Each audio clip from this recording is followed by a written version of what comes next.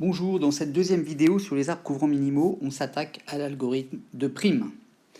Alors, je vous rappelle qu'on en était arrivé au point suivant. On avait vu qu'on allait construire, on avait établi un algorithme générique pour construire des arbres couvrants minimaux. On part d'un ensemble vide, A', et tant qu'on n'est pas arrivé à la solution, donc tant que A' n'est pas un arbre couvrant, eh bien, il s'agit de choisir une arête UV qui va être compatible avec A', et on l'ajoute à A', et on recommence. Une arête compatible, c'est une arête telle que, si on l'ajoute à A', eh bien A', plus cette nouvelle arête, reste un sous-ensemble d'une future solution, donc est contenu dans un arbre couvrant minimal. On avait vu ce théorème-là, qui donne en fait un critère de choix pour les arêtes compatibles, qui dit plus précisément quand est-ce qu'une arête est compatible ou pas avec un ensemble d'arêtes A'. Et en fait, l'idée, c'est la suivante, c'est que lorsque on part d'un ensemble A' qui peut être complété, enfin qui est sous-ensemble qui appartient à un arbre couvrant minimal, on va dire les choses comme ça, qu'on dispose d'une partition d'un ensemble de sommets qui respecte A', et alors, si U et V est une arête minimale traversante de cette partition, alors cette arête UV est une arête compatible. Très bien. Une autre manière en fait de formuler ce théorème-là, c'est de la manière suivante, qui va être un peu plus opérationnelle. Ça va être l'idée de dire, si UV est une arête minimale traversante pour une partition S1, S2 qui respecte un ensemble A' contenu dans une solution, donc dans un ACM, alors UV est compatible avec A'. Très bien. Sous-entendu, on peut ajouter UV à A' et recommencer, et recommencer, et recommencer, et obtenir notre algorithme. Si je prends l'algorithme de prime, l'idée va être la suivante. L'idée fondamentale, c'est de faire pousser un arbre. Ok, alors un arbre, ça a une racine, donc on va partir d'une racine. Ici, on va dire que ça va être Q0. Et ensuite, je vais faire pousser l'arbre. Donc il faut que je regarde localement, qu'est-ce que j'ai intérêt à faire. J'ai une arête ici de poids 2 ou une arête de poids 6. Comme je veux un arbre couvrant minimal, je vais avoir intérêt à prendre l'arête de poids 2. Je vais donc prendre celle-ci. Et ensuite, je vais regarder. Qu'est-ce que j'ai comme possibilité? Je peux connecter mon arbre que je suis en train de construire, qui est pour l'instant tout petit, qui contient juste Q0 et Q1. Je peux le connecter au reste des sommets avec un sommet avec une arête 6, une arête 1, une arête 2. Le mieux est quand même l'arête 1, évidemment. Je vais donc prendre l'arête 1. Et maintenant, je vais regarder mon petit arbre ici, qui contient 3 sommets. Comment est-ce que je peux le connecter? Je peux le connecter avec des arêtes de poids 2, une arête de poids 3, une arête de poids 6. Le mieux, c'est bien sûr une arête de poids 2. Disons que je prenne celle-ci. Ensuite, je vais pouvoir connecter mon petit arbre, qui devient de plus en plus gros, qui contient maintenant 4 sommets, par des arêtes de poids 2 ou 3 ou 6. Je vais donc le continuer. Disons que je vais prendre celle-ci. Et ensuite, j'ai nouvel arbre et je me demande comment est-ce que je peux le connecter, et je peux le connecter ici en prenant cette arête-là de poids 2. Et maintenant, qu'est-ce que je peux faire? Eh bien, le plus intéressant, encore une fois, je vais prendre mon arbre ici. Comment est-ce que je peux le connecter au sommet? Je peux le connecter par une arête de poids 6, 7, 3 et 1. J'ai intérêt à prendre celle de poids 1.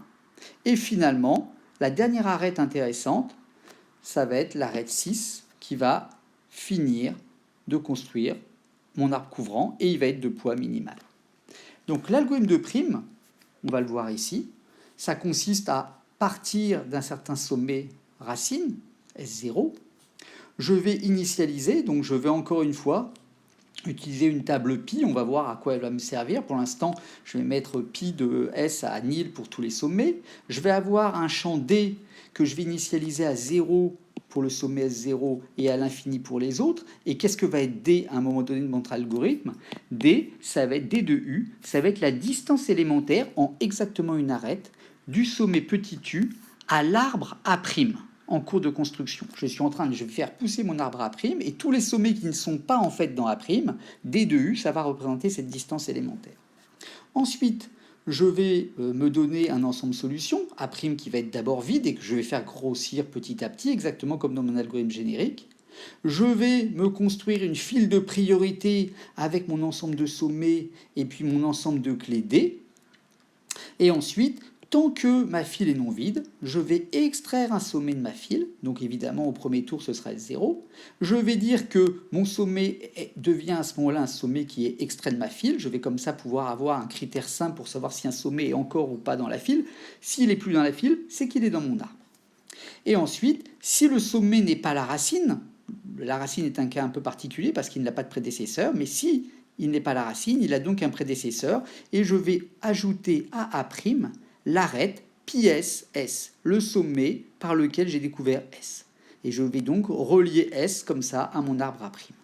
Et ensuite, je vais regarder si, pour toutes les arêtes qui partent de S, je vais regarder si le sommet U est encore dans la file, c'est-à-dire s'il n'a pas été déjà extrait, et si le poids de l'arête entre S et U est strictement plus petit que D de U. Autrement dit, est-ce que l'arête SU permet de rapprocher le sommet U de l'arbre en cours de construction? Si c'est le cas, je vais dire que le prédécesseur de U, c'est petit s, je vais dire que D de U, ça va être W de SU, et je vais faire la mise à jour de ma file de priorité pour mettre U à sa bonne place dans ma file, et je recommence. Vous voyez, il ressemble beaucoup à l'algorithme de Dijkstra avec son utilisation de la file.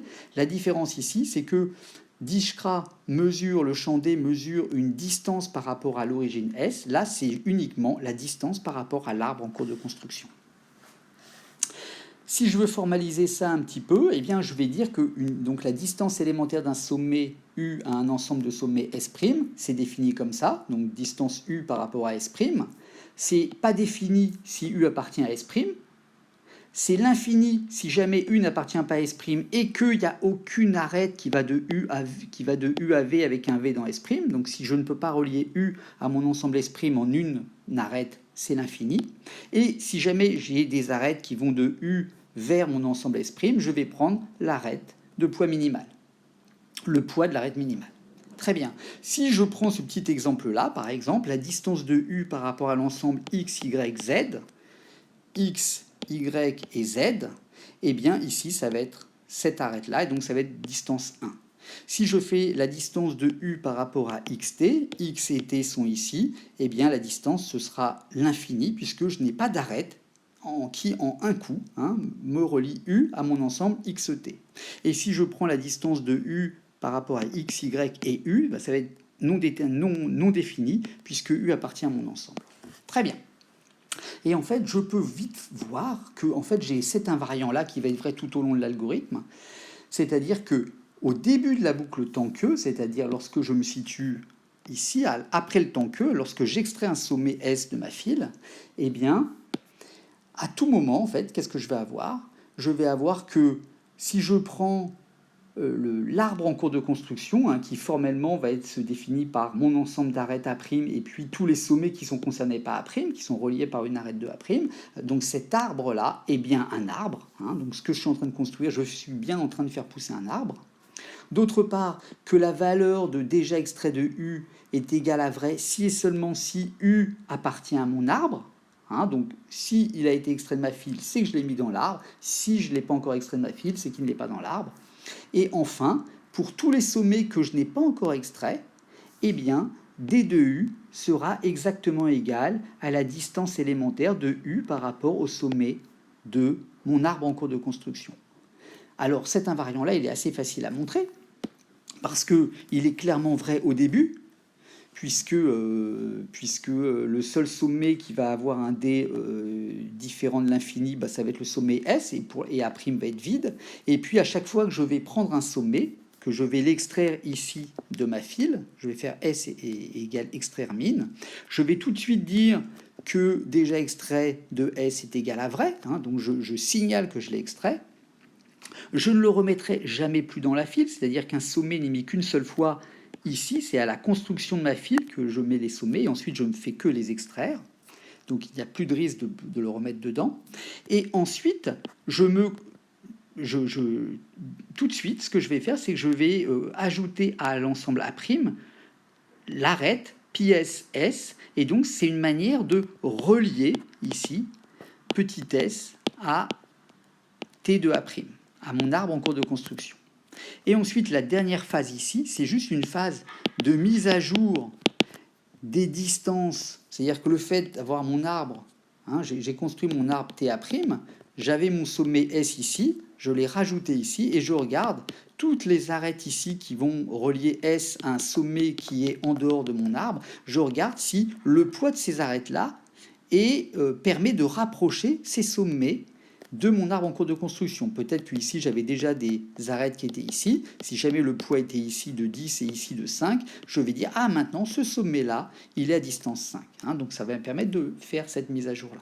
Donc l'invariant est très simple, et en fait, ça va me permettre de déduire immédiatement la correction de mon algorithme, puisque maintenant, qu'est-ce que j'ai à faire?